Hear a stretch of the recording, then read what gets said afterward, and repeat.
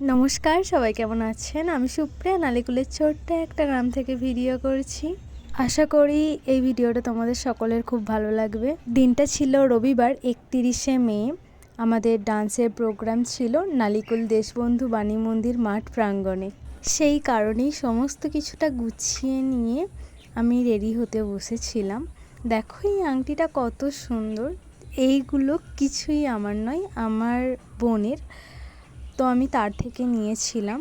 প্রত্যেকটা গয়নাই খুব সুন্দর দেখতে, আর এই আংটিটা বিশেষ করে আমার খুব ভালো লেগেছে। এই ঘুঙুরটা কিন্তু আমার, বাদবাকি সবই ওর। চলো রেডি হওয়া যাক।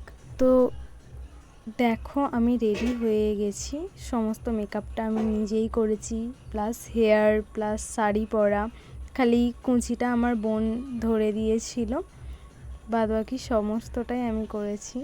আর ক্যামেরার সামনে এসে আমি নাটক করতে প্রচুরই ভালোবাসি। এই রকম যেহেতু ম্যাম আমাদেরকে টাইম দিয়েছিল ঠিক বিকাল 5টার মধ্যে ওখানে পৌঁছে যেতে, আমি ম্যামের কথা অনুযায়ী ঠিক 5টার আগেই বেরিয়ে পড়েছিলাম যাতে টাইমে পৌঁছাতে পারি। যেহেতু শাড়ি পরেছিলাম তাই আর সাইকেল নিয়ে যাইনি, ওকে ফোন করলাম, বললাম তুমি চলে এসো, আমি রেডি হয়ে গেছি। এখন এর পরের পার্ট আসবে। আজকের জন্য টাটা।